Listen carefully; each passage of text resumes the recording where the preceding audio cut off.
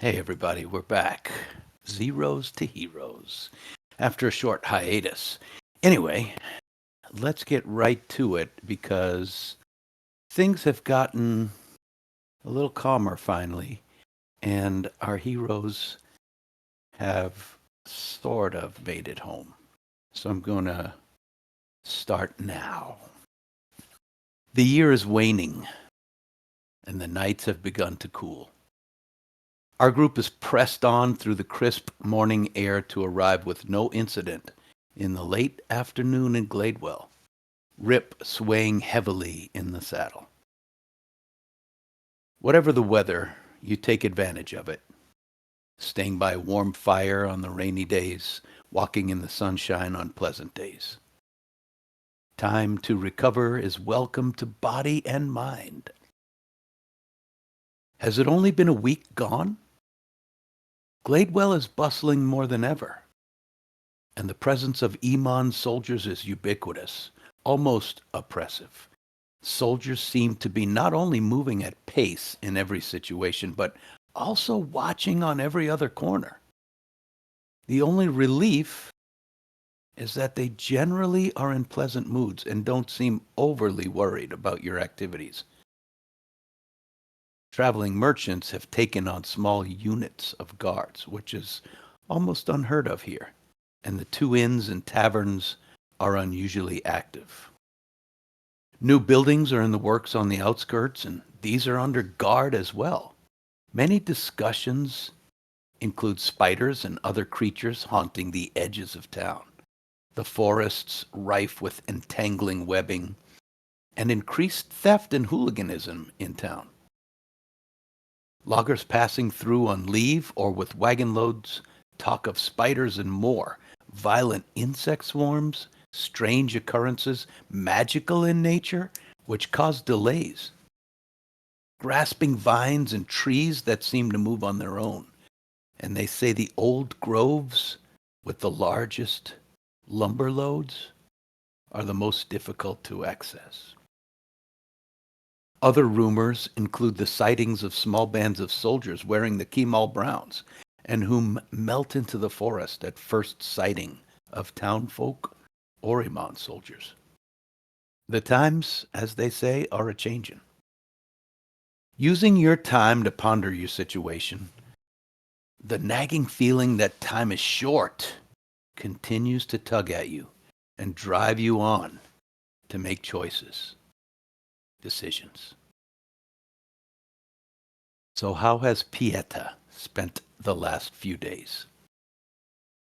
I want to focus in on when you check on Piazza, he is actually in his mind right now.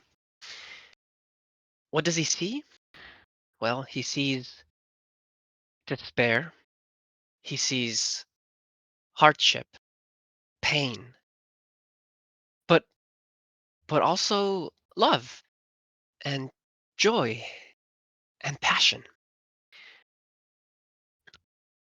You can hear kind of a muddled, watery voice.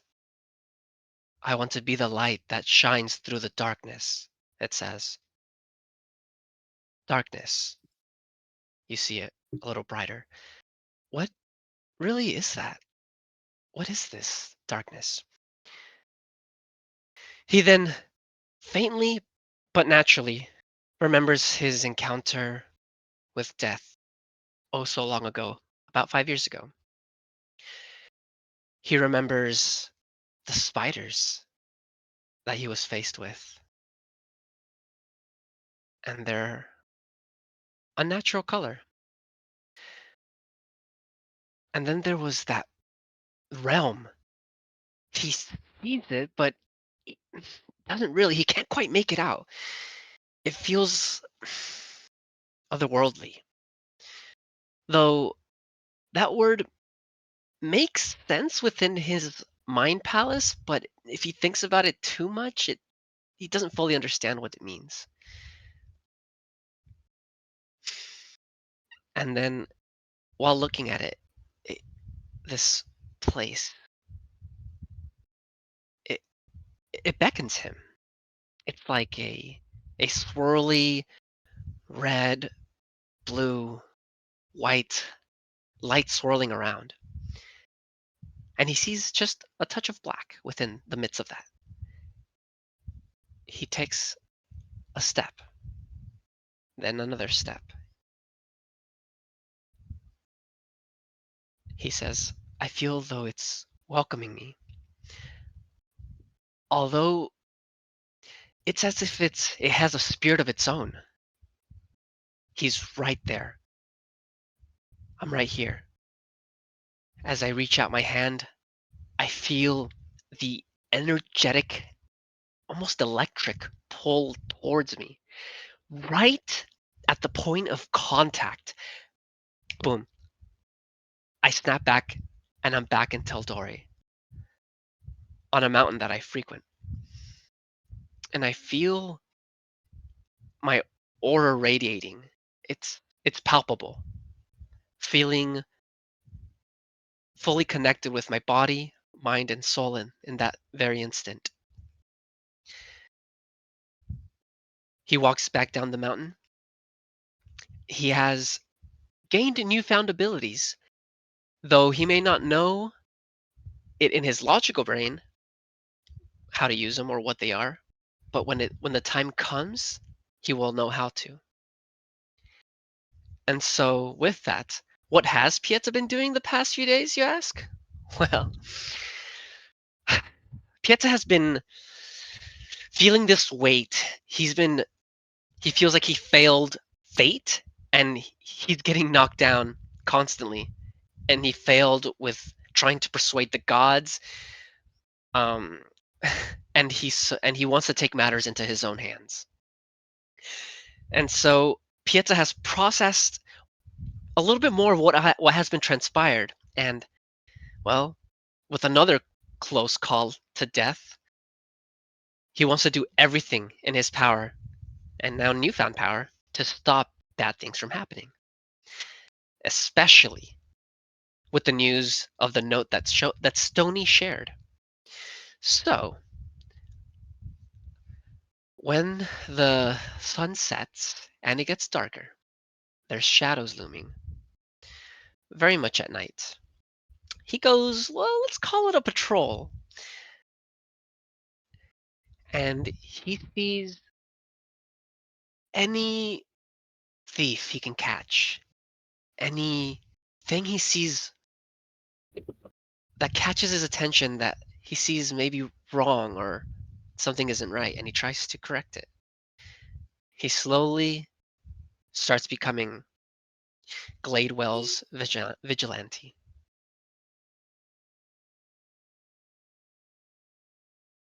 Okay.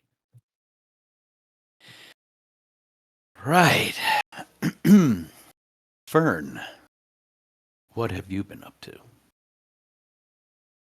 Well, the first thing that Fern needs to do is replace her beloved dagger. And it kills her inside, but she knows that it was the right thing to do, and she, it was a trifle compared to getting Rip back. So she's going to go buy just a basic stiletto dagger, and while she's out, she is going to acquire some other items. She's going to keep her word. She wants to teach the others little things that will keep them safer, tips and tricks, that she's picked up, and some things that she has yet to share with them are her knowledge of poisons and disguise. And so she is going to grab some little bits and bobs, some, flora and fauna to use in poisons, some, formaldehyde from a store, some silver, just little things, and then some paints. and she's gonna nick a couple of fabrics outside of Pietta's eye because she knows that Pietta is a little more observant these days. And she's going to kind of create a little cubby hole at the edge of the forest where she has been hiding out to sleep and rest. But she hasn't been getting a whole lot of sleep because there's been a lot on her mind. And the first thing she wants to do after she gets all of that done is go back into town and try to track down the other clasp agent that was in the military there and find out if they did what she asked them to. Okay. Where do you search? The first place she's going to go is the little I think it was like a little keep that she originally found her in. She's just going to kind of very stealthily, kind of move around and see if she sees anyone that looks similar. She's not going to ask around, but she's going to look around. Right. Over time, maybe the first night, the next morning, poking around, you don't see any sign of the class member that you discussed things with earlier. You do notice that in certain places there are new markings, clasp markings. Thieves can't. Saying in not so many words that the old guard has been replaced. Long live the new clasp. Which basically means that there's a new clasp member in this town and the old one is not here anymore. It's a fairly common thing that you've seen happen before when people come and go. That is frustrating. She is. What a stroke of luck. What great timing. She's worried that no one has been watching over Pocket or Stoney's parents or Sunny's family. I suppose it was a little bit of a long shot hoping that they would read her note anyway, but at least she was able to hold on to some hope before. And now she knows that that was a fail. And so she's going to back down. She's not going to seek out the other clasp agent. She doesn't want to talk to them. And she's going to, in the evenings, start making her own rounds, just checking on all of the families. And this time she keeps the others in the loop. She tells them that she's doing this. She does not tell them that her original plan did not pan out. But she does tell them that she is keeping watch. As Fern passes through town, is she sticking to the shadows and out of sight as much as possible, like before? Or is she walking around? Okay. So Yeah, roof out of sight. alleyways, shadows. Yes. Okay. Creeping around, kind of, instead of walking down the street saying hello. We'll call it dancing. From shadow to shadow. Okay.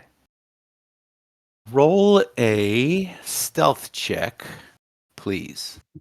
This is going to be your overall stealth check to see, like, how noticeable are you in town these couple days? All right, I'll take that. That's a 26. That's excellent. So You're very good at staying out of the public eye and finding, at this point, you've found the routes through Gladewell. It's not that difficult. Where you know no one typically goes, behind pig lots and up walls with sturdy roofs and through barns, through the rafters in barns where you've got kind of a network of pathways that you travel. As you do so, you see occasionally. Well, let's see. I wonder if you do. Can you roll a perception check? Yes, I can. I don't think I do. That's gonna be a 7. Yeah, you're pretty much on your own. Uh, you might meet the class member if you decided to come out and try to meet them, but at this point, chances are slim. You're staying hidden. One thing I do want to mention is that on the edge of town, you notice far more spider webs on the edge of the forest, I mean, than there were before. And you've been careful. You don't set up your cubby hole, your hideaway, in the thick of the spider webs. You clear them. You potentially burn some back to clear out a spot. But you're very concerned, I would imagine, that you are potentially in danger if you sleep out there in the woods. Does it seem to increase in activity each night? Not necessarily. You see lots of spiders, normal sized spiders, maybe some slightly larger than usual. Um, they are no more or less active than they were before. They're just very present. You see them, whereas most of the time spiders stay hidden. There are too many at this point to stay hidden. Okay. All right. Anything else, Fern? It's gonna make new friends with spiders. Um, well, I think, she wants to gather everyone together and teach them some disguise tricks. Sure. And that can start happening the next day. But in the meantime, let's shift over to the first night that you arrived, and we'll float down through Gladewell, up the hill a little, and into the window of a fairly spacious cottage. We hear the sounds of many voices echoing through, but eventually it quiets down, and we float in through an open window and find Sunny falling asleep. Sunny, what is Sunny thinking about as she crawls into bed? Um, so this is the first night back, so Sunny Hmm. is pretty tired and it doesn't take her long to actually fall asleep, but she's just thinking about what she needs to do the next day and how she's going to go about trying to keep her family safe now that she knows about Sony's note and trying to brainstorm ideas around that as she starts to close her eyes, kind of mumbling some ideas to Graham as she falls to sleep. Yeah, so your family so far is safe. There's nobody has uh, heard of anything. They just seem pretty normal and they're happy to have you back. And they wonder where you were these past days that you've been missing. But they're in their routine, going about their normal business, and you lie back in a fairly secure manner. Open your window as usual on these nice late summer, early fall evenings, or as you used to do 5 years ago. and fall asleep. Grim, tucked between an arm and your body. And as you sleep, as you close your eyes and feel like you're slowing down, most of the time you don't even feel yourself fall asleep. You're an easy sleeper. It comes quickly. But tonight, Grim seems uncomfortable. Grim is poking you a little in the ribs, and you half wake and shuffle your body slightly, and you feel Grim wiggle. That's unusual. You look down at Grim and he's not there. You feel him there, but he's not there. And it comes to your mind, you're not there. Where where are you? You're comfortable, everything is warm, and you feel the blankets, but you look around and it's the blankets over your head. You push. Your hands go through nothing. But it feels like you're pushing against something solid, a wall, like a blanket, like a curtain, like a hanging. You push and it starts to clear. Air is thick, really thick. It distorts your view. You're standing on black, really dark gravel. Sand? Gravel. It crunches as you move.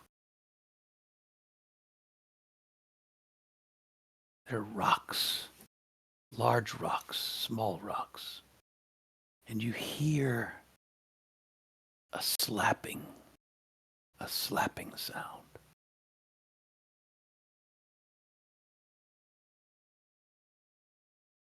As your vision starts to clear a little, even though the air is warm and so dense that it definitely skews the way that you see things. If you get closer and if you kneel down and look, the rocks almost magnify to you. When you stand up, everything seems blurred. And you become aware there is someone just to your right, just behind you, over your shoulder. But you don't turn to look. You look around. It seems like through this blurry air, you're on a rocky shoreline. Off to the right is a vast flatness that you see stretches into the horizon. And in the sky, dark clouds. And strangely, a dark sun. Everything seems backlit, as if it's negative almost. The slapping sound is the liquid lapping, splatting onto the rocks. You're close, and as you squint, take a step nearer, you hear crunching under your feet. The liquid is like jelly and rolls and splats onto this black, pebbly, sandy beach. Want to see it, and you look closer. You notice the rocks are all identical. There are some as tall as your thigh, and there are some as small as your head, and there are countless sizes smaller than that, but they're all identical. They're roundish, smooth. You scoop up a handful and you look at it, and the smallest ones are identical to the biggest ones.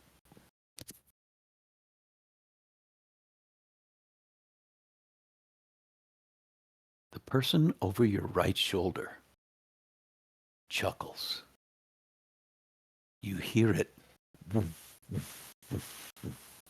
through this thick air.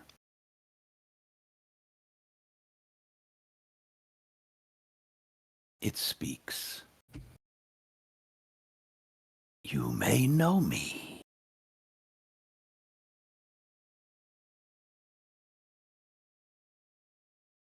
Am I able to respond? Yeah. Okay. I may know you or I do know you.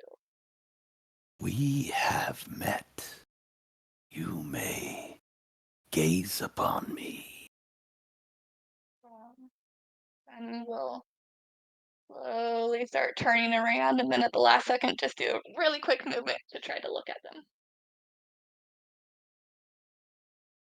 This person is ethereal and ghostly, a spectral woman with a commanding presence. She's not quite as tall as you, but the silvery sheen off her body is not marred by the denseness of the air. You can see her crisply. Does she look familiar to Sunny at all? She is the face that you've seen in several dreams. A dwarf. Oh. Well, I think I do know you, but I do not know your name. For one such as you may call me Morgrim, Iron Soul. Soul, soul. Well, Morgrim Iron Soul, it's nice to officially meet you. Sunny holds out her hand. I'm Sunny. Your hand kind of punches through the chest, and you realize this person is far closer to you than you thought. Sorry about that. Sorry. It matters not. You have questions, I presume, since your mother has revealed herself. I have so many, I don't even know how to put words to the questions. I just. Wait, do you have the answers? I can ask you. Shall we walk together? Sure. This looks like a lovely place for a walk. She starts stepping past you on the right down the edge of this slapping, rolling tide. I follow along. So, about these questions I have, uh, am I allowed to ask you anything, or is it kind of like I ask you something and then you get to ask me something? Because I've been here before. It doesn't always end that well. Ask your questions, woman. Oh, okay. Um, um, I guess. I mean, are you connected with Mother? Are you who she was talking about? In a manner, I provide her with some of my impetus. Okay. you define what kind of things you supply her with? For those here that don't know what that means. I give her power. Oh, okay, okay, He okay. provides things to me that I require. So you give her power, and then she gives me I provide your impetus as well. She power? was a teacher of sorts. Can you tell me how she did? Um, is this like an anonymous report that I can tell you, or She will know nothing of it. well, I think she would have been a better teacher if she didn't take my memories, because it's kind of hard to know what's happening if you can't remember. The dwarf shoves her hand at you, and you feel cold inside your skull as her hand passes through your forehead, and memories start flooding back. And she pulls her hand back. That is all you can handle, for there was much packed into your time. You have regained at least a year's worth, and actually, it feels like 10 years worth. Your time was not 5 years, and that's what you discover. Your time with Mother was far, far longer. Ah, One thing you do recall is that she did try to teach you. She taught you your magical spells. She taught you tons of magic spells. You don't quite remember how to pull them all off yet. She taught you all of that magic. However, she gave you zero power, and you had none of your own.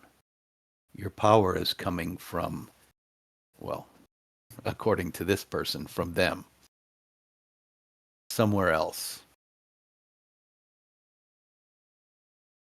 um, immediately after receiving these memories, it's like a stone just like dropped on Sunny's. Like she can't even stand it. She kind of just like collapses on all fours as she like tries to take it in and not have a panic attack by like the plethora of images that are like flashing behind her eyes of just a lot of dark scenes from her time in the forest with Mother, whether it was insulting her or giving her a terrible task to do or stuff like that. It's all hitting her all at once, and she's just on all fours, You're overwhelmed. also realizing that Mother is very sadistic and made everything as hard as she possibly could.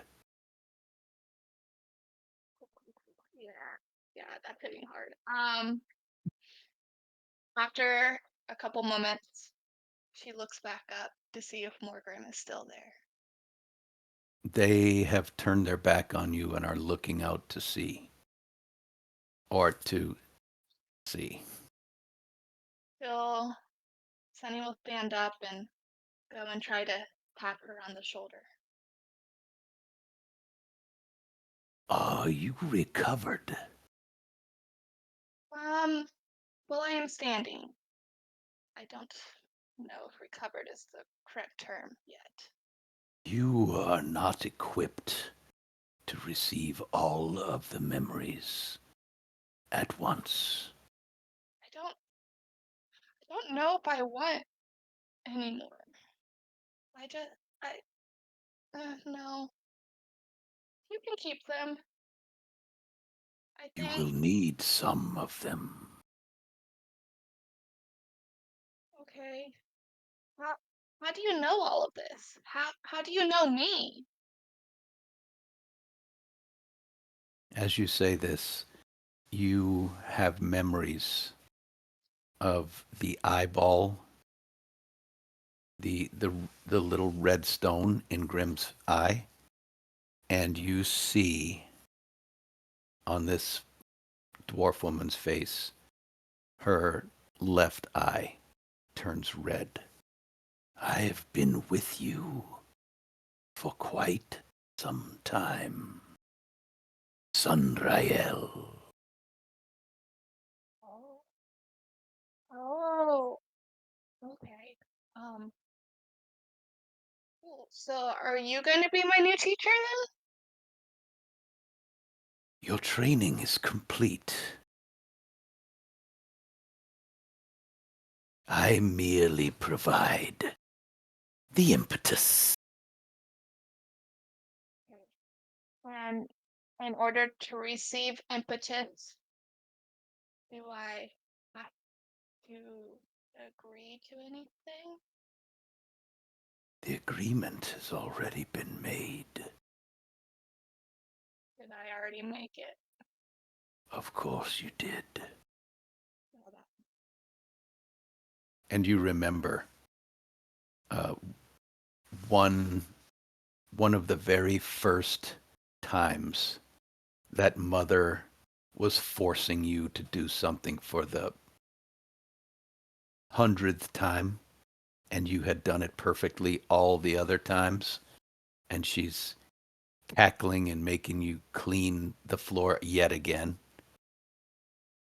Um, you you had thought that you would do anything to get out of this, and spoke to you, Grim, your puppet, and said, "That's easy. Just fucking do what I say." And you agreed.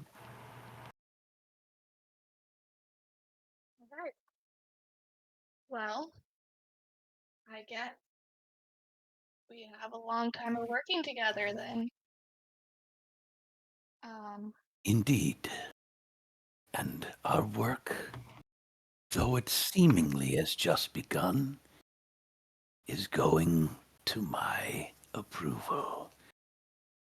Yes, everything shall come to fruition.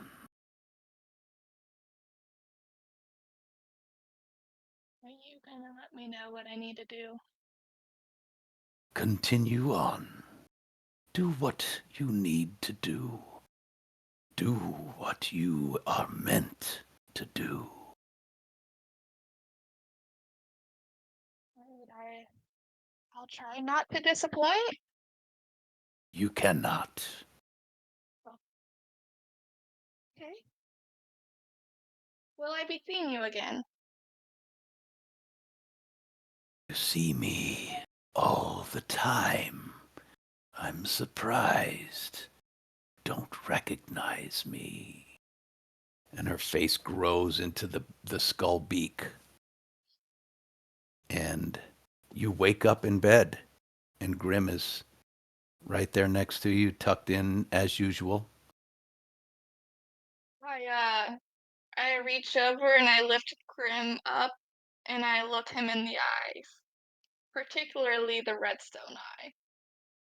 Even though there's no moonlight shining through the window, his eye just gleams a little bit. Just gonna fake you that way before going back to bed. Yeah, you're sleepy.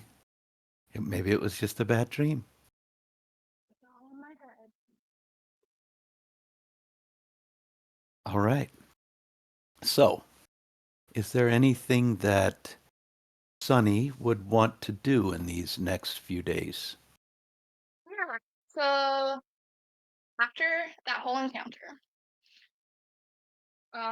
Sunny is definitely more reserved around her family than she's ever been. Her siblings keep trying to get her to go out and play or do what they used to do, and she's more hesitant to hang out with them. Or anytime she's laughing, she just thinks about all the scary things she has seen and everything that she still needs to do, and it gets a little overwhelming. And she spends a lot of her days tucked away in her room, just her and Grim.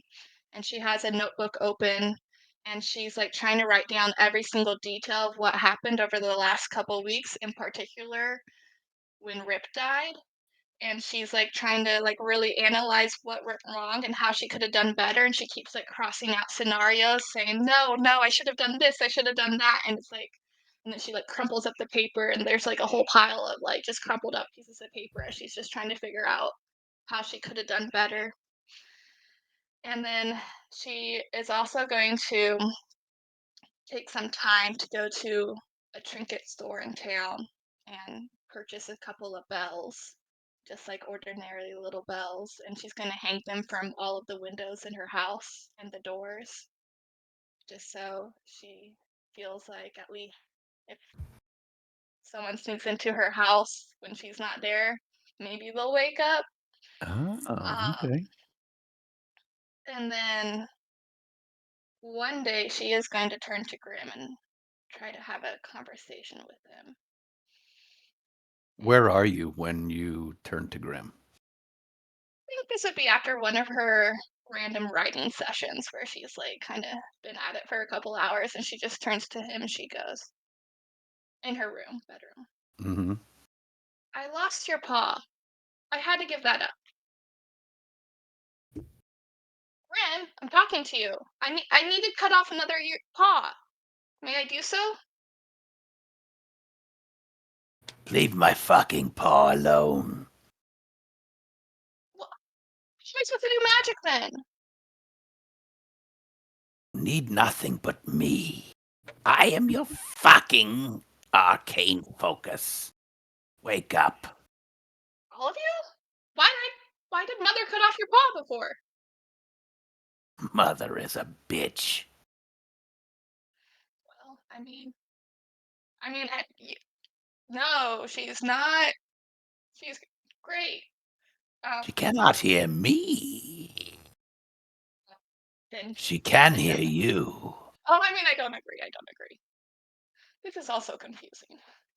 Okay, so I just have to keep you around. This is fine. I know how this works. It's all good.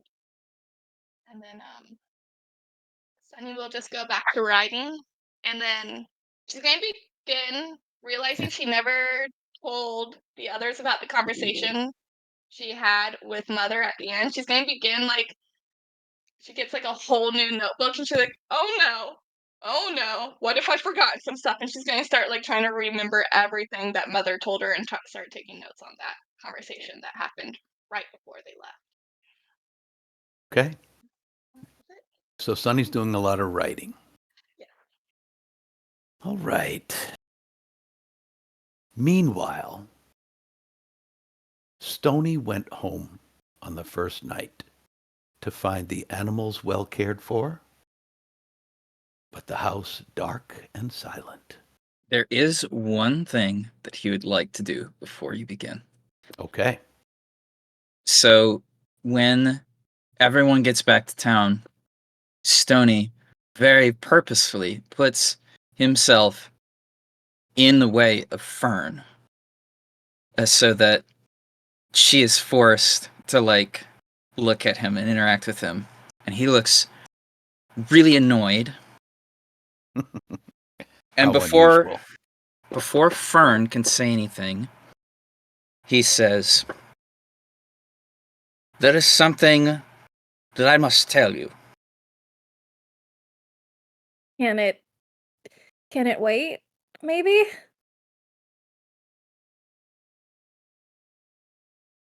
Fine. No, just let me say something. Okay. Though I don't understand why, I know now that you have no ill feelings towards me. Again, I do not understand. But, seeing as you are a formidable ally, I want to extend an olive branch. Should you need a place to stay, the Ironbark house is yours. For 1 copper piece.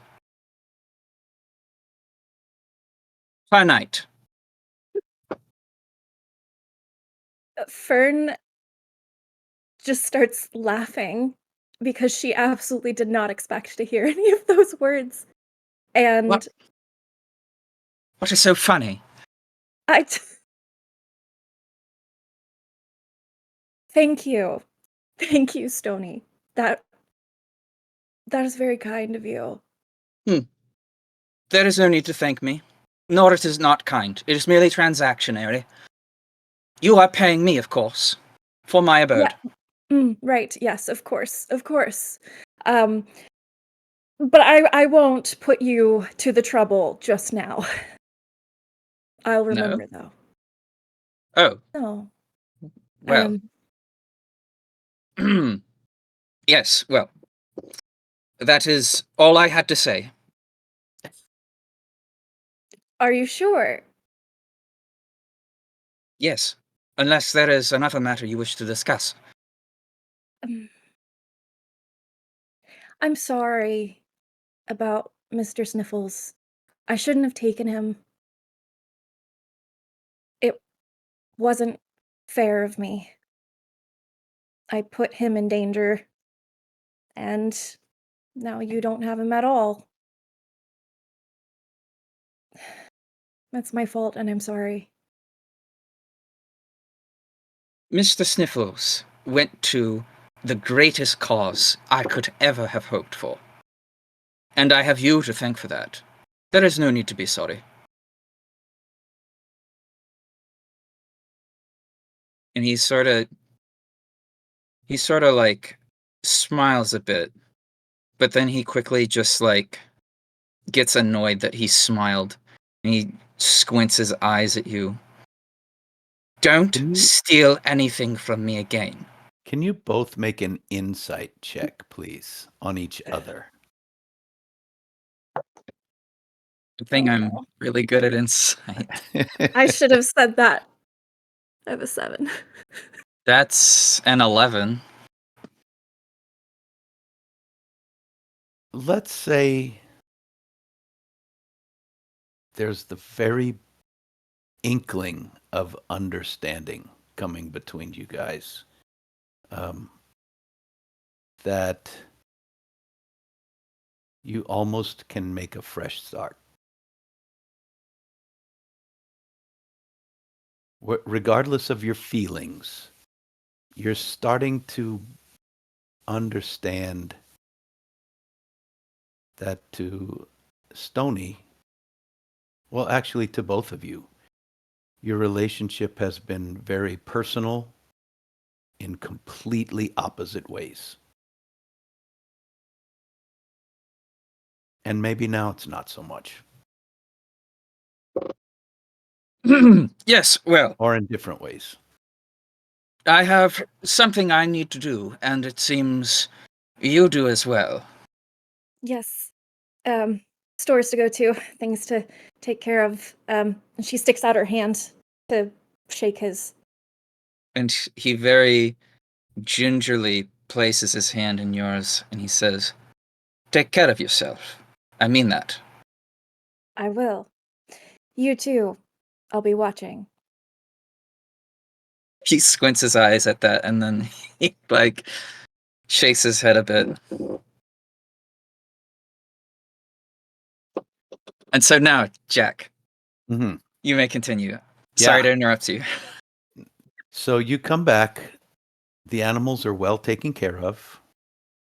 You pass the stable first and scratch your old cow on the head and walk into the house. It looks like there's plenty of straw, or I mean hay in the manger for the animals to eat.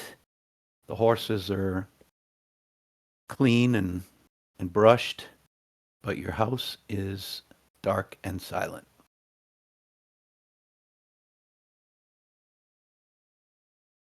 Hello? I'm home. Mother? Father? No one's home. With a quick inspection of the house, it looks like um, there were clothing was strewn around your parents' bedroom, not in like some, it wasn't like it was tossed or anything. It looked like someone was gathering things together and um, stuff is missing. Okay. CC, go into stealth mode. Reconnaissance mode. Going dark. And then he'll carefully investigate the area. Okay. Is there any signs of struggle? Roll an investigation check Perfect. with CC's help.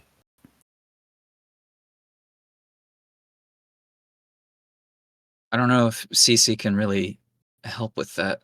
In what way would you have CC help? Advantage? Go ahead. Advantage? Well, I was thinking that it was kind of like a familiar, but maybe it's not. It's not really a familiar. Okay. You can have it search for specific things, I suppose, but maybe not, give opinions.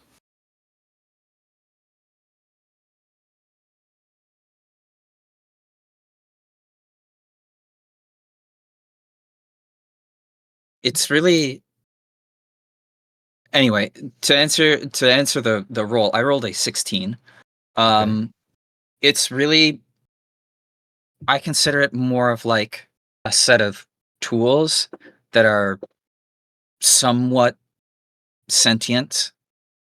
I can have it so its skills are perception and stealth. Those are the only two. Mm-hmm. So it So could like listen for someone, but it can't figure stuff out. Got it. correct. Okay. So your 16 shows you that your father's hygiene stuff is missing. Like whatever might be a toothbrush in D&D. Like personal items are missing, from clothing from his storage dresser or chest or whatever are missing. Like he's packed up some of his personal items and gone. As far as your mother, Okay. her belongings still seem to be here. Okay. Is there any note left behind? Not that you found. Okay. In that case, I think Stony is going to leave the place as is, and try his best not to indicate that he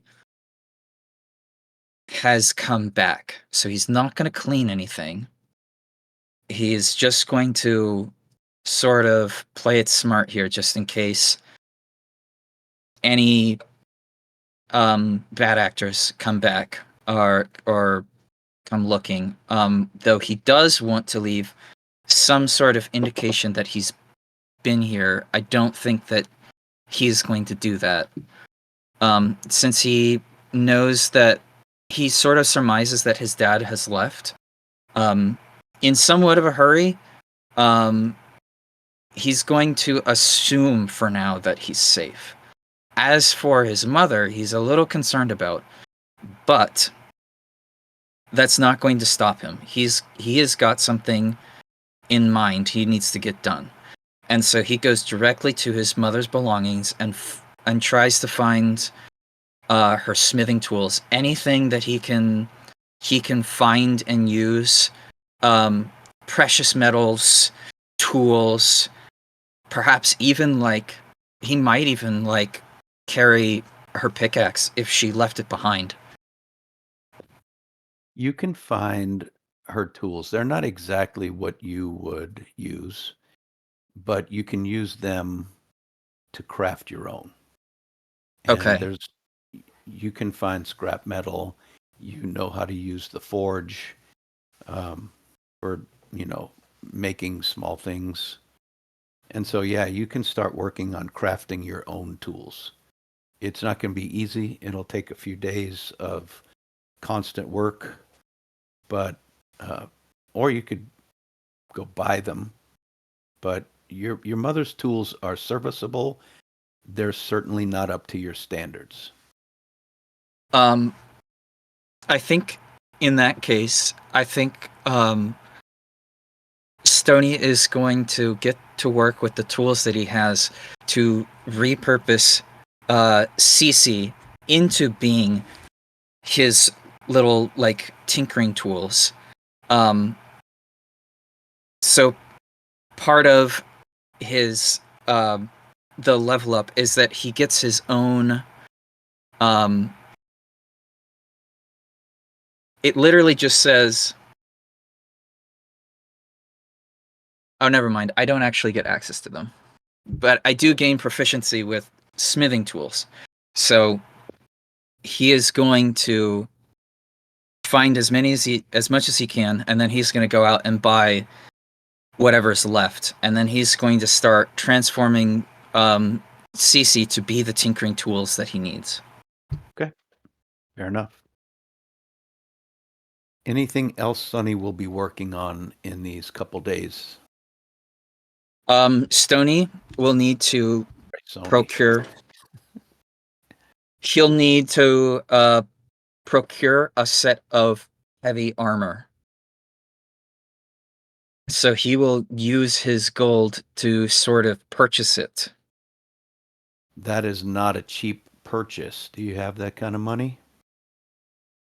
I do believe that I was given a fat stack of gold some episodes ago. I have 80 gold pieces and 1 platinum piece. Do you think that would be enough? I don't. Let's see. Heavy armor. Well, yes, you can buy ring mail for 30 gold, chainmail for 75, splint for 200, but plate mail is 1,500 gold. Did you say 1,500 gold? Yes, I did. Okay. That's insane. I understand, but that's the cost of plate mail in 5e. Do you tell the others that you're trying to do this? Staying true to Stoney's word and his little stubbornness, he probably only said, I have work to do, and so what was the second highest? What was 200 gold? Splint. That would give you an AC of 17. Okay. You know what? If there's a way that he could cut a deal with the blacksmith, he's going to try it. Maybe he could, I don't know. Try to make splint mail? Or just buy it? Either buy it, or perhaps there's broken flint mail. It's not in working condition, and he could buy it for cheap, and then he could fix it himself. So this is how he might haggle with the blacksmith. Okay. He says, I'll give you 120 gold pieces. I'm assuming a platinum piece is 50 gold pieces, right? Is that how that works? Platinum? Is it 10? Oh crap. So it's 10 times a gold. Okay. So how much do you have? 90 total. 90 total gold pieces. You could buy chainmail, or I would guess. All right, let me find the blacksmith's name. Anybody have that at hand? I should have. I don't know why, but that's like the one name that I did not write down. I've I'm got it kicking somewhere. myself over that. It's on the tip of my tongue too. Mr. Rhodey. That's it. Yeah. He works at Castoli Blacksmith. So Mr. Rhodey says, so the broken splint mail is Yes, sir. I know I don't have a lot of gold, but I need this to work on it, to finish my my project, you see. I'm willing to work out a deal. Perhaps you need some sort of help around the smithy, or perhaps you need a break for these few days. I am quite capable. you know that broken armor is useless. I was going to melt it and reforge or use it for something other. Well, if I bought it off your hands, then you wouldn't have to do anything with it. You would just have the gold, and I could just But take it off you your hands. would wear this and expect it to protect you? This is useless garbage. No. I was just hoping to use your forge as well. I was hoping that part of the payment would be going towards using your forge as well. I also need a set of smithing tools. I know, I'm asking for a lot from you, but please, I'm begging you.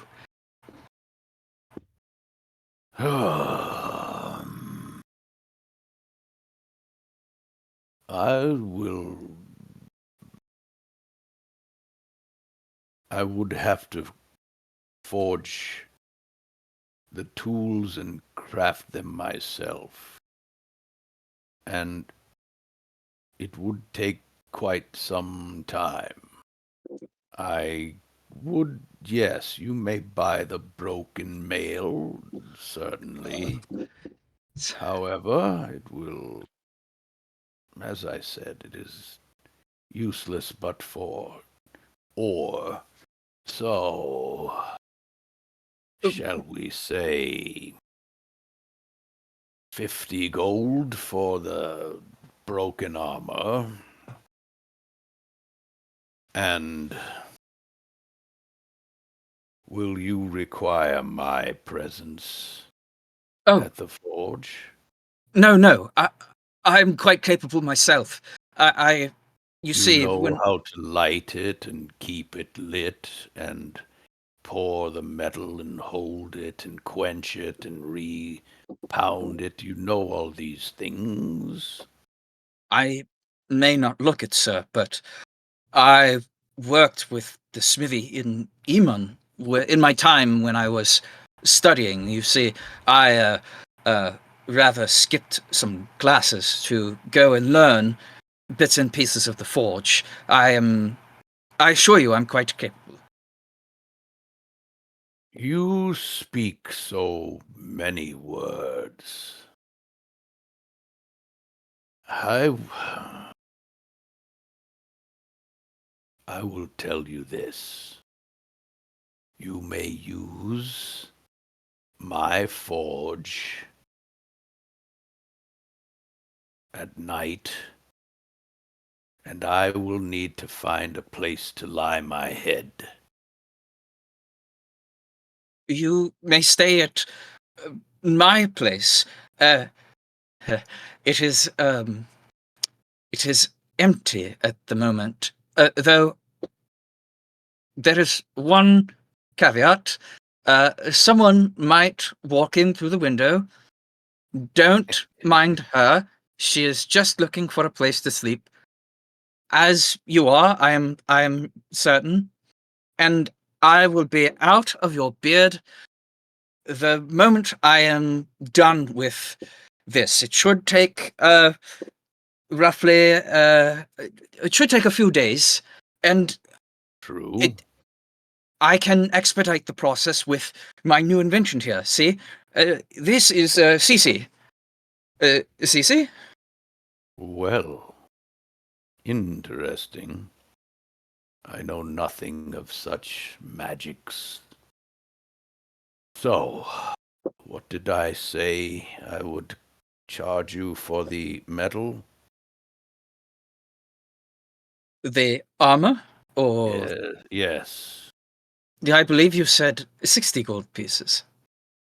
And these scraps that you see lying about, and your time at the forge, I would like 25 more gold.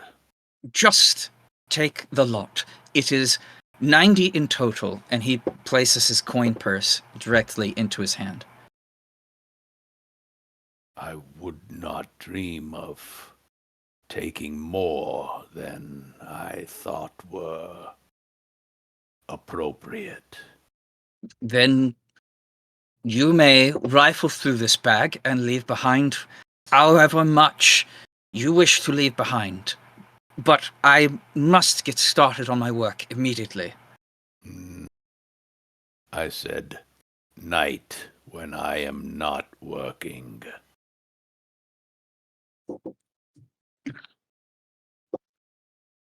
He is like squirming. Very well. I shall take it all as payment for me being forced out of my own forge too early.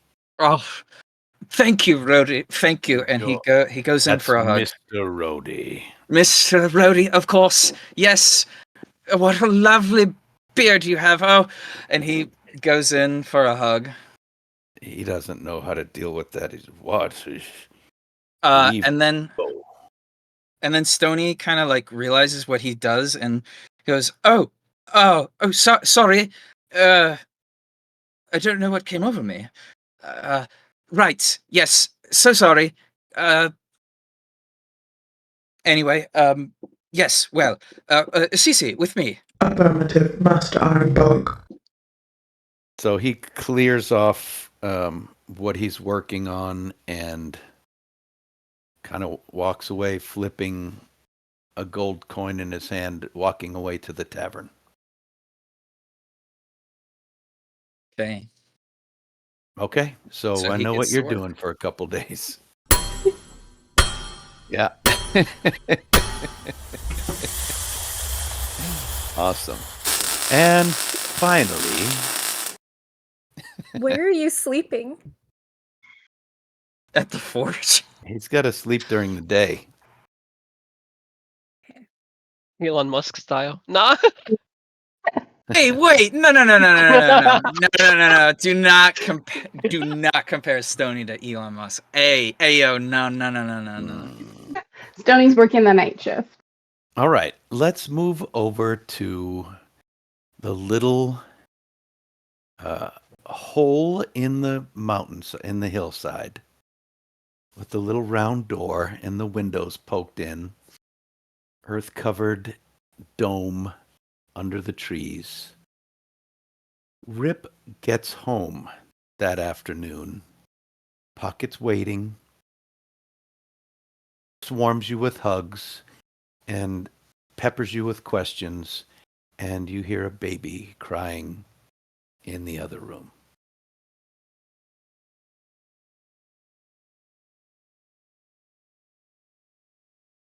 Oh, is that a baby? Yes, yeah, of course.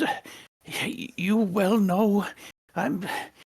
Speaking of, it's potentially time to feed the darling child, and uh, I'll be back in a few moments. And Oh, he hustles off. I know. We didn't tell Rip. Crap. Yes, it Uh-oh. has. On the Well, whole ride home, y'all didn't mention it to Rip. Whoops. oh,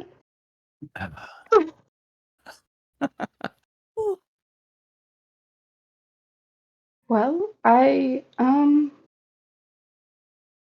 had to have been some cost associated with bringing me back. Wonder if Why that don't was you all. roll an intelligence check to see if you can figure out this is related somehow? Yeah.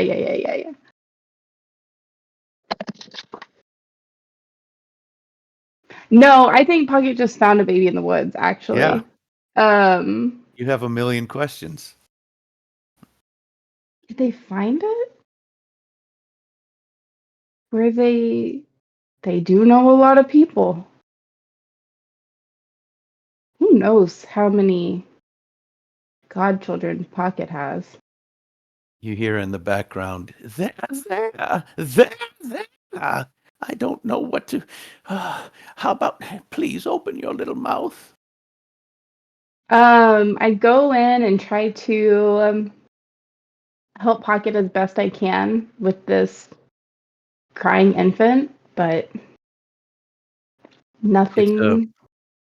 it is an infant, like a newborn, maybe a few days old, very little hair, beautiful, perfect round head, very cherubic look to it. It's healthy, it's strong, and it doesn't stop crying. So it doesn't stop crying. Me and Pocket are not really able to soothe the baby that much. When it goes to sleep, Um, it stops crying, okay, so you know, which is not I at all when you want to go to sleep. of course not. So I struggle to sleep until the baby falls asleep, and then I'm able to fall asleep. And in the really early hours, as babies are wont to do, the baby wakes up and starts crying, and I'm exhausted. I'm not willing to get out of bed, and I curl myself up in my bed and I try to block out the sounds. And as the baby continues to cry, and I can't block it out, I'm pulling myself tighter and tighter into a ball in my bed. I can feel my muscles tense against themselves as I'm just balling myself into as tight of a little ball as I can, trying to just ignore that sounds as best I can, and I can't, and I can't. And eventually it gets to a point I have to give up. I have to get out of bed. I'm cold. I can't seem to get my bed warm again. And I plop out of bed and I'm so tired. And it feels like I'm just dragging myself along and my eyes are not really open. And manage to drag myself into As the a main reminder living to our space. viewers, you have 4 levels of exhaustion. I have 4 levels of exhaustion. Still so tired. Eyes not really open, moving by muscle memory into this living space, saying, "Are you up? Is the baby awake?" And I open my eyes as I move in to the living space. And my eyes seem to be about an inch and a half off the ground. And I look up and make eye contact with Pocket. What? Rip, what? What? Oh, I know it's difficult to sleep. I understand. Here. And he rushes off and brings you 2 wads of cotton. Shove those deep into your ears. I found that can help. Let me go see if the baby needs changing. And he bustles off again. And so Pocket bustles up and checks on the baby. And I, moving sluggishly over onto the couch, something comfy, something cushiony, curl myself up again, try to fall back asleep. Pocket brings you a cup of warm, milky tea. This should help. And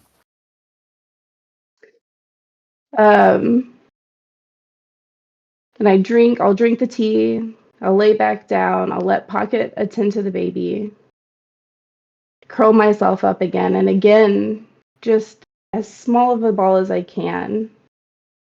And when Pocket comes back to check on Rip is no longer in their form, but is coiled up as an indigo snake on the couch in their effort to curl themselves up tighter and tighter and tighter.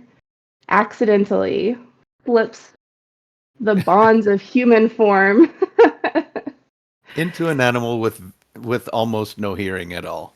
Almost, actually, incredibly good hearing, which is why the baby's cries, I could not drown it out.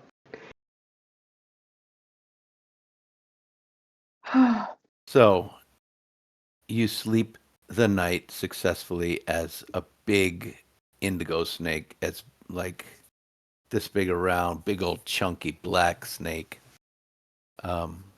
with a little blanket around it, and Pocket tucks it in around your coiled up form. And in the morning, you wake up, everything's quiet. You check in the room, Pocket's in a little rocking chair holding the baby, and they're both sound asleep. Pocket's got drool running down his chin and just looks frazzled.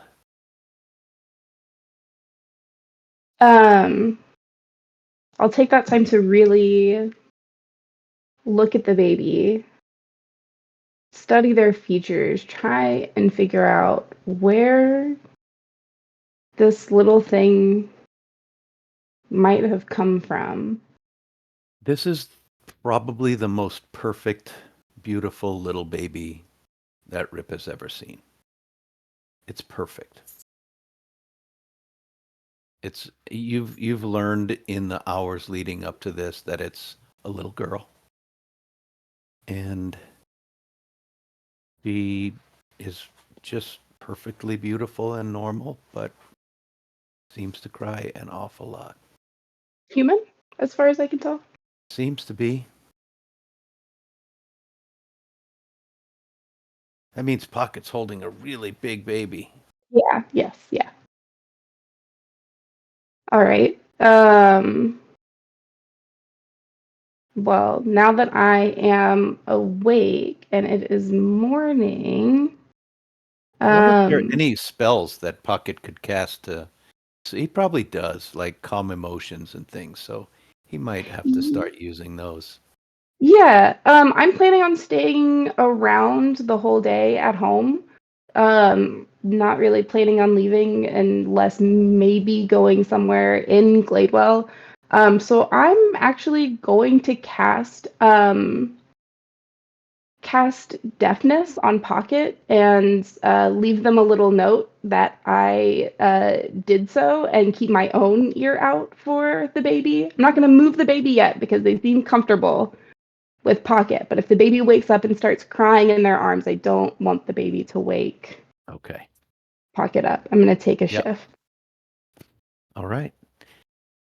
The baby does wake up, starts squirming. You take it out of pocket, wakes up, of course, and you explain everything to him, and he tries to curl back up and go to sleep. The baby cries the entire time you're caring for it. It eats and cries. I will nonetheless do some things to try and entertain the baby. I'll cast a couple of druidcraft and minor illusion cantrips, some little swirly colors for the baby to look at. Some sounds of falling leaves and babbling brooks, and just kind of throw what I can at this baby to try and help her relax and not be so darn upset. Okay, roll. There's no baby handling check. Um, Animal I handling. wonder. Yeah. I was about to say. I No. mean, technically, there's no parenting checks in Yeah. D&D. Let's just roll let's say a wisdom check Right. with 3 levels of exhaustion. Yeah. That's okay. That's okay. Um, it's an 11. Okay, Oh wait, no, so it's a 13. nice. Well, it's better than people in town could have done. So Yeah. some of the colors capture the baby's attention for, very short times, bursts of silence, microbursts of silence. Um, and if it's not exactly perfect, like if you shift your arm, or if the colors swirl too fast or too slow, or if the perfect color changes color, it just all starts again. So you spend a very long day babysitting while Pocket sleeps for, long enough. Then he wakes up, and then the whole story comes out. He divulges that the baby was a trade for you, and now you finally understand that your life was sold to let this baby live here partially. Did I explain that well? Anyway, the baby was the fee, or part of the fee, to bring you back. Yes, it And was. that's really the only thing Pocket knows about it.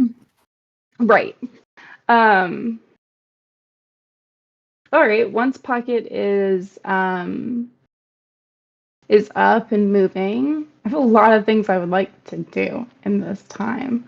I'm not going to be as not busy as my friends would probably like for me to be, having just come back. But once I know Pocket is up and caring for the baby again, I will take myself out back into the woods, and knowing now that my relationship with the earth and the weave woven through the earth has developed to the point that I am able to take a wild shape, I know that with that comes the ability to summon and find a familiar. So I will begin that ritual. I will set out um, some incense and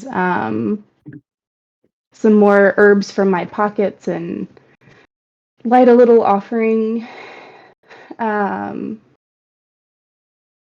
Just wait a little ways, wait a little bit of time.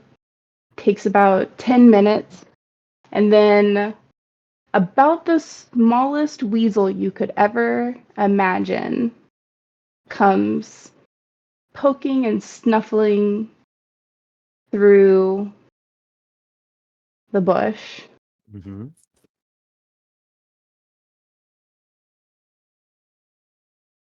Hello?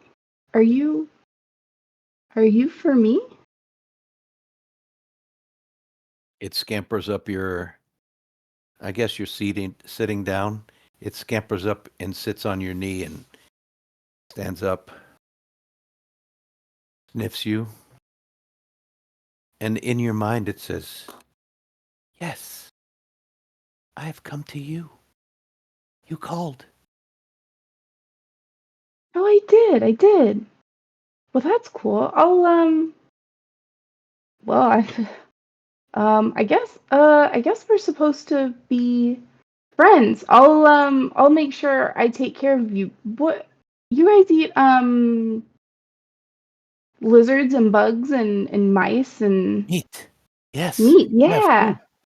I love to Oh, eat oh yeah, food. we've got a lot. I knew we've got a lot of meat. Don't Feed you me. worry. We've got that covered. Feed me now. Meat now? Feed me now. Yes. Okay, well, Lots of meat. okay, sure. And we'll walk on back to Pockets and whatever was. Where would you like him to ride? In your pocket, on your shoulder, in your hand? Um, I'll set him close to the lining of my druid cloak and just you can just pick a pocket that feels comfortable in there. Whichever one you like best. There's a lot of vacancy, so So um he starts exploring everything on your body. He's just worming his way constantly for 20 minutes. As you walk and you go back inside, he's constantly popping out of one pocket or another. Sometimes he's got crumbs on himself from something he found in your pocket.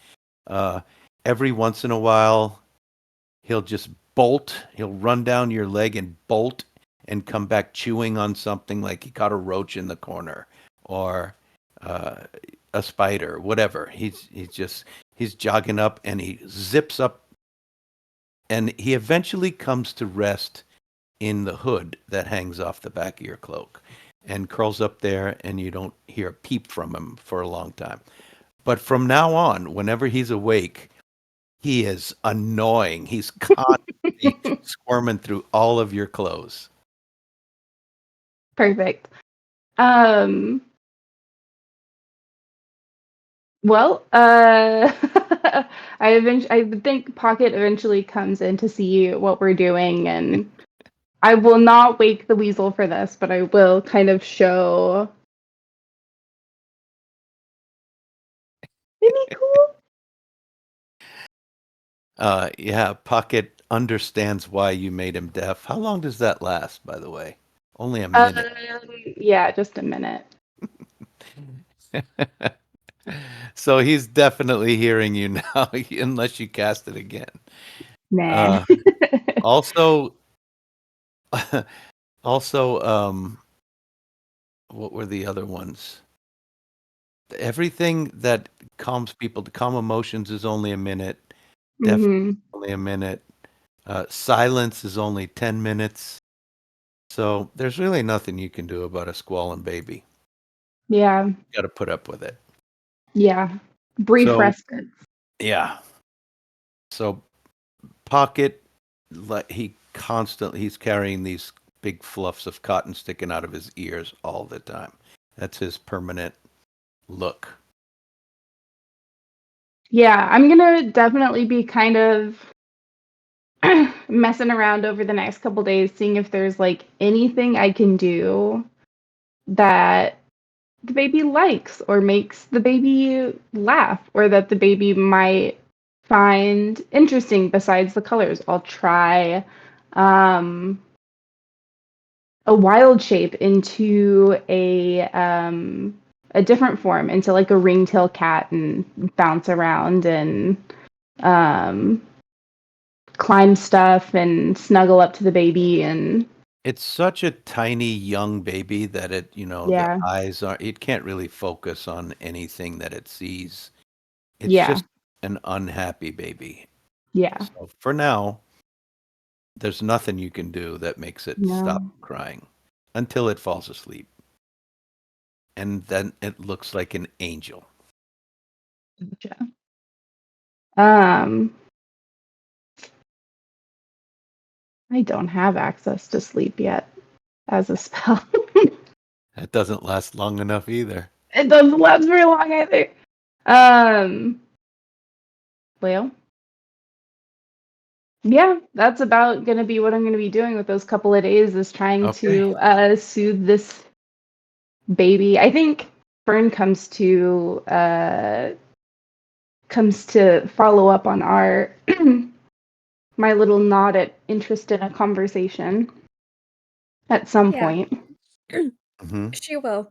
Since she's been sneaking around trying to keep tabs on everyone, she has noticed the caterwauling coming from the pocket abode, and has, when things seem to have quieted down just slightly, will come in and find you and just kind of check in.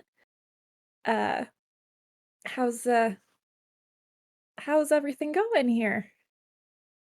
I see you come up to a window. Hey, Fern, hey. As soon as you Hey, say something loudly, the baby starts crying. Yeah. shoot. Sorry. Do you need? Is that do you? Oh, geez. And I pull cotton out of my ear. Oh, sorry. It's been a long day and a half. Yeah. That Uh, baby is really loud. yeah. Do you want to come out here for a minute? Oh, yeah, great idea. And I'll hop right out through, just a little leap out the window, to join Fern outside, close the window behind me. They'll hear it just as loud. The glass panes do nothing to like dampen the sound at all. Oh, I kind of feel a little guilty. Also, yeah, I hope Pocket explained. I'm sorry we didn't warn you. Yeah, it was a surprise for sure. But yeah, we got on the same page. I understand. There's kind of a lot going on, So much going you on, know. so much, just many things to remember. Yeah. So, Yeah. yeah. Um Uh, I wanted to ask, um I'm sure this was part of it, and I look back kind of towards where the sound's coming from. But that can't have that can't have that can't have been all, could it? no, but everything that we traded for you was worth it. We wouldn't take any of it back. I know. But I just wouldn't feel right if I didn't defray the cost a little bit. You know, I want to know. I want to know what No, you guys what you it are costs. here. You are here, and that is all we need. That we would do it again 10 times over just for you to be here. You don't owe us anything. I know. But I know it wasn't easy. I know it couldn't have been easy. I want a way to say thank you. In a way that, maybe doesn't make it up, but makes it a little easier. Okay. How can I help? I just want to know what you guys lost, you know? I feel like I need to know the gravity. On my end, it was horrible, and dark and torturous, and I paid my price to get back.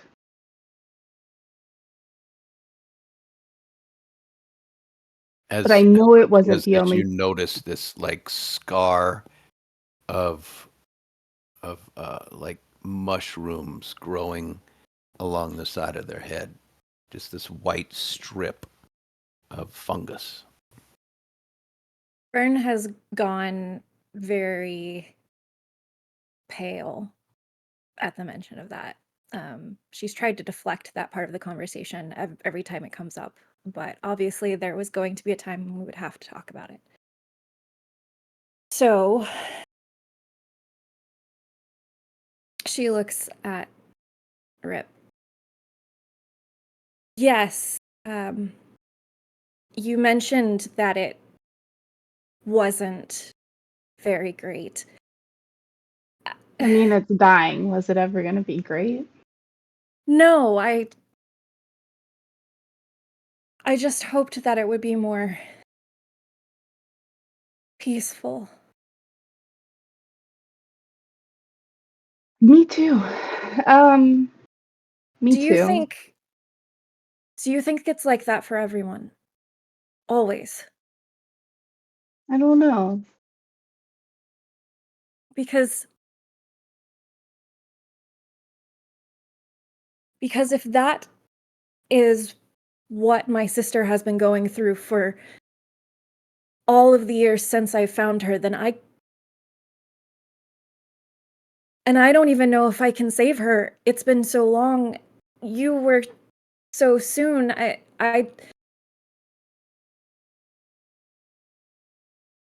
Fern, I guess the power of gods in our world, in this world, and I feel pretty confident, having been in more than one, that they're pretty strong. I don't think I told you guys this. I don't have a god in this realm. You guys have the Dawn Father, the All Father. That's not really what I worshipped back home. We had a village god. She was beautiful and powerful, and they said she used to have dominion over our crops before the war came, but ever since I've been here, I haven't felt her. I can't reach her here. I don't know if I'm not strong enough, or if it's just too far.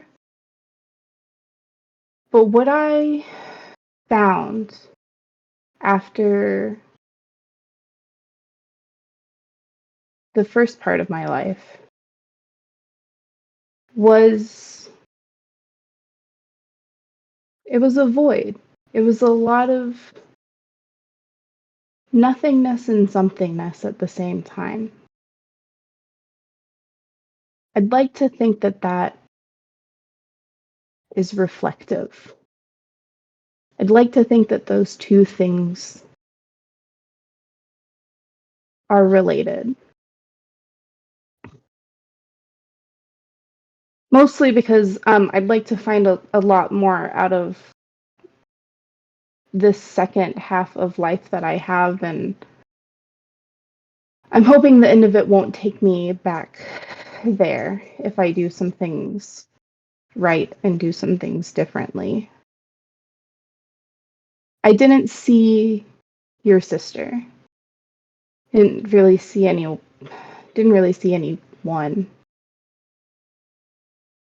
I don't know if she's there, and I don't know what her afterlife looks like. Fern grabs onto Rip's hands and holds them very tightly and looks them in the eye. We're gonna believe that together. Very hard. And we're gonna change for next time. Yeah. I think we could do that. Now, as far as the other thing that you want to know, I don't really want to tell you, Rip, because I don't want you to try to give them back.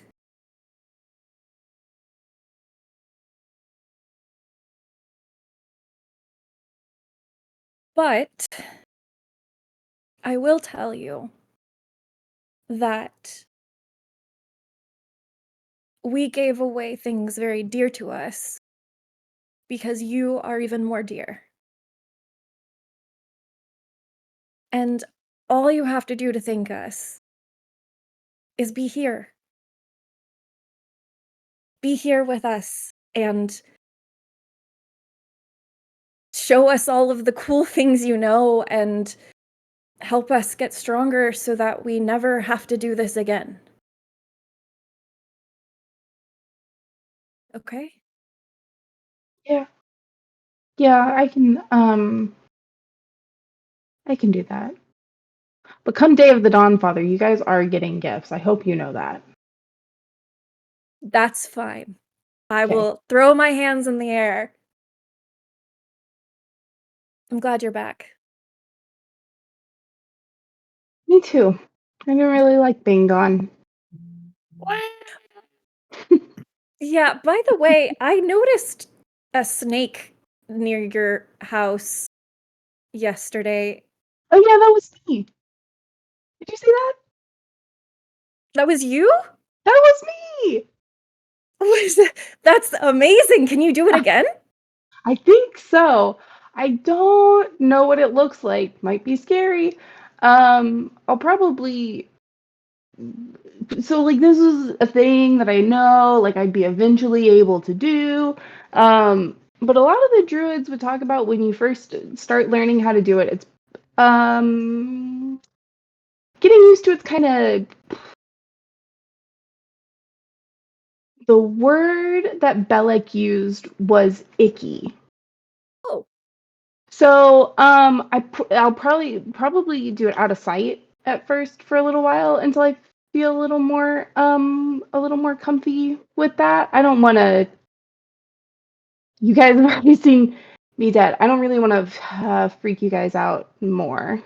Oh, never. But who would probably want to, help you with that is Stony. Oh yeah, Yeah, you yeah. should. Mhm. He's really good at um flourishes. You know. Absolutely.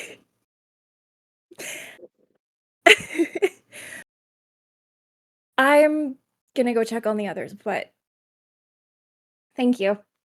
Yeah. And Thanks for coming by. and if there's anything we can do about the I really okay, don't know. mhm, Yeah, just let us know. I will. If I figure out anything that keeps her calm, I'll let you guys know. I'm I gonna be appreciate. busting out the herbalism kit because Did you name her? oh my god, we never named her. Oh my god, Fern, we never named her.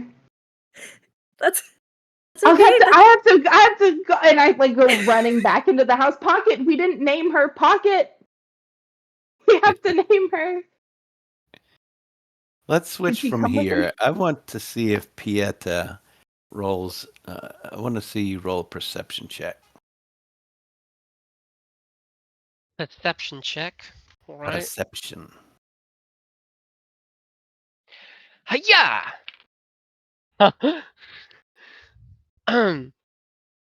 should have also said. You gotta say the mantra. If I you know. know, if you know that you're not great at it, you have to say it. My perception is a +4. I'll have you know, but I rolled a 4, so it's an 8.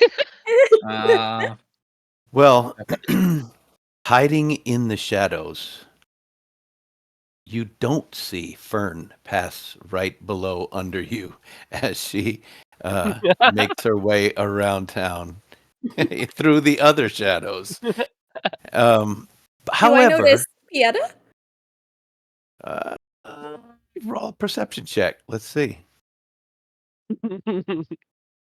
Okay. That's a 19. Perched high atop the tallest part of the temple.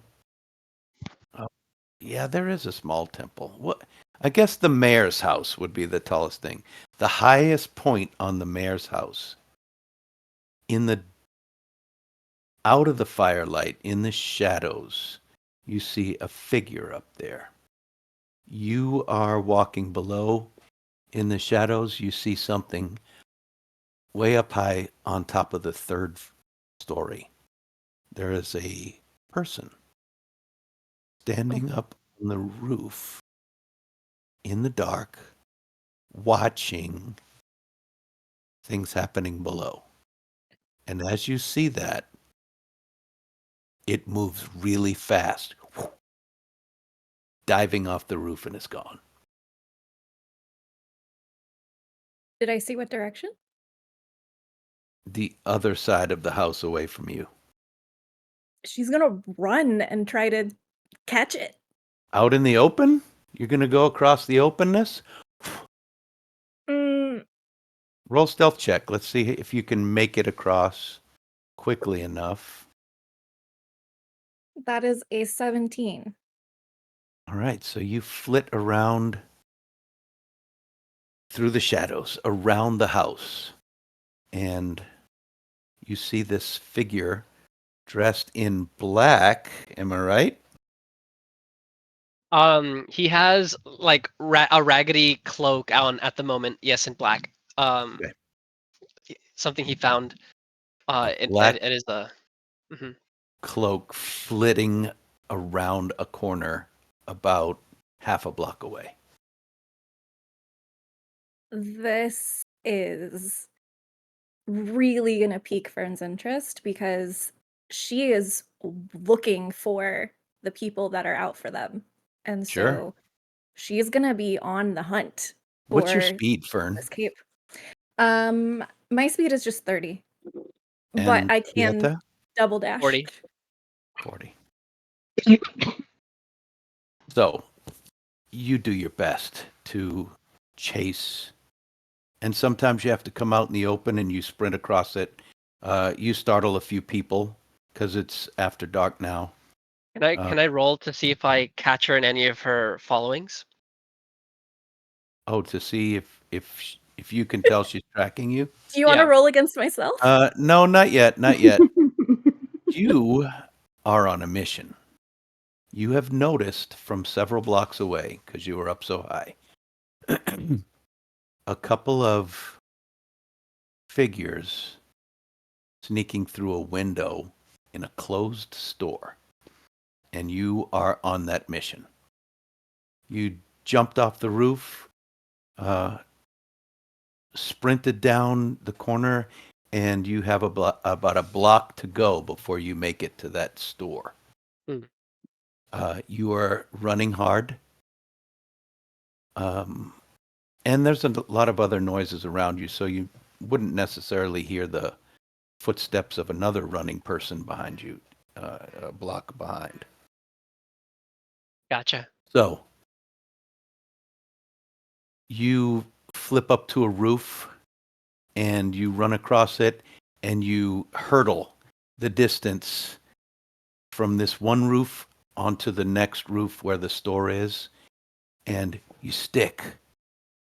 You wait for silence. You don't think anybody heard you. And you drop down outside the window of the store. You see it's still cracked open. With my dark vision, do I see anything? Yeah, you see two teenage kids, a boy and a girl, rooting through this store's boxes and things. Mhm. It's a supply store.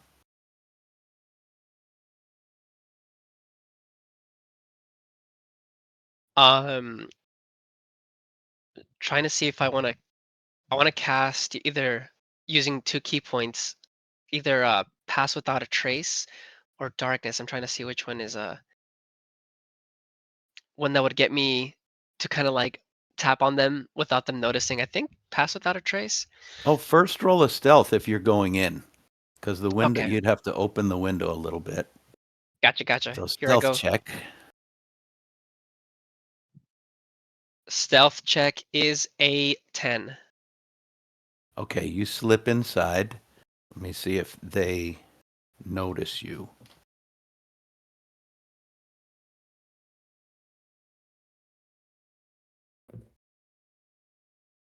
Did you decide if you're going to cast either one of those things?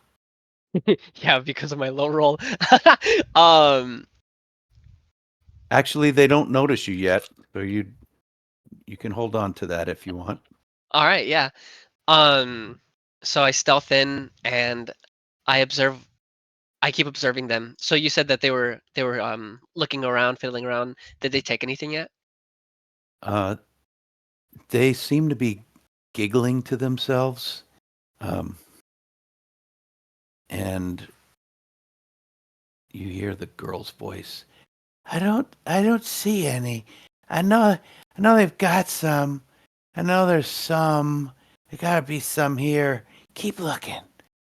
And the boy's voice says, I don't know if I can look too much harder. I'm about to fall down. I, Mm. how can we drink any more than we already did? And the girl said, keep looking, keep looking. There's gotta, I know it's here. I find a piece of like a pebble or a piece of like wood or something, and if there's not nothing, I get a little marble out of my bag, um, and I throw it in not where I am, but in the opposite direction to make a little noise to startle them. The the pebble tick tick tick tick, and they freeze. What was that? I don't. Was that you? That was not me. Is there someone here?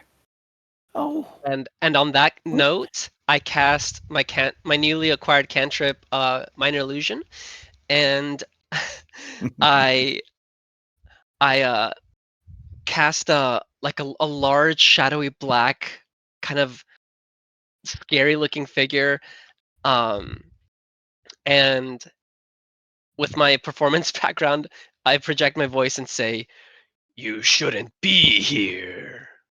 they both scream and run for the window, which is pretty much running right for you. Um, didn't think that far ahead.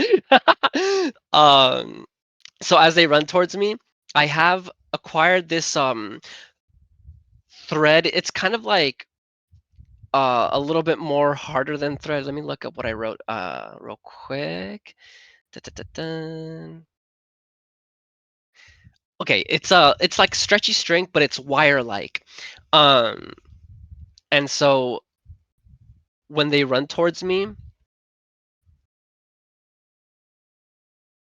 actually, I was gonna tie them up, but you know what? They seem innocent enough, so I think I'll hide in the shadows and let them pass. All right, easy enough. They run. They're not even looking. They just trip and stumble and fight each other to get to the window and pile out. As Fern is looking around. You see a window get thrown open, two kids just jump out, falling down face first on top of each other, and stand up and scramble off and sprint down the street. Uh, and then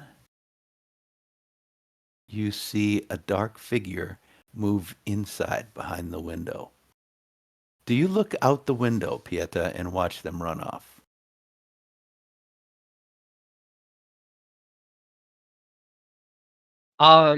No, I think he would just like be inside shaking his head, saying to himself something like, ah, I was hoping this beat something else. Darn kids. Something like that. So that's all you see, Fern. So I see Two the kids kids run run off. off. Hmm. However, I gonna don't. And the Go ahead. window's open. She's gonna post up on the roof of the building next to it and Okay. stare at it. Okay. Pieta What's is Pieta do? collecting his things if he left anything, double checking, seeing signs of what they're doing. I guess they were just looking for more alcohol. The pebble. That's all that you left. I'll pick it up. Can't have enough. Can't have enough of that. And now I go out the window. I'm gonna see if I go out the same window they went out as or a different way. Okay. I go out the original window that I went out of, not the one that you went out of.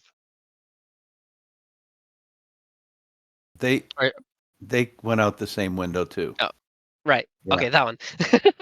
So you, Fern, you see a figure crawling out of the window. Pieta, you don't have a mask or anything on, do you? The cloak has a hood, so it might cover like a little bit, kind of cast a Okay. little shadow depending on the light. Roll a perception check, Fern. And also Pieta. See if y'all spot each 19. other. 19. Good thing I'm really good at these. Oh my god. 9. So Pieta, you crawl out and shut the window as to make it a little bit safer and leap up to the roof and disappear over the shadows. And Fern's just sitting there watching, and you definitely, with that check, you see it was Pieta. Fern is going to sit on the roof for like another hour contemplating this. She's going to take note of it. And then she's going to wait until the next day to confront him about it.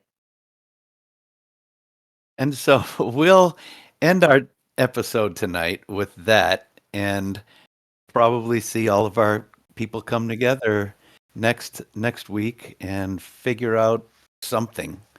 We'll see what happens. So thanks everybody for watching. This has been Dicey Decisions Zeros to Heroes campaign, where we started at level 0 and we're working our way up, finding clues as we go. Dicey Decisions RPG also has a Friday night called Twist of Fate, which is a 4-hour per week game where we're going from level 3 to 20 eventually. And so tune in as much as you can and give us some feedback. It would be really nice to hear from our watchers and fans. All of our videos get posted to YouTube. Take it away, Johnny.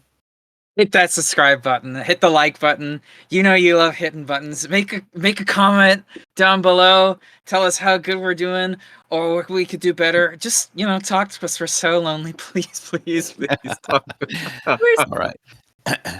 Thanks, everybody. It was fun. See you next time. All right, Better roll bye. better next time.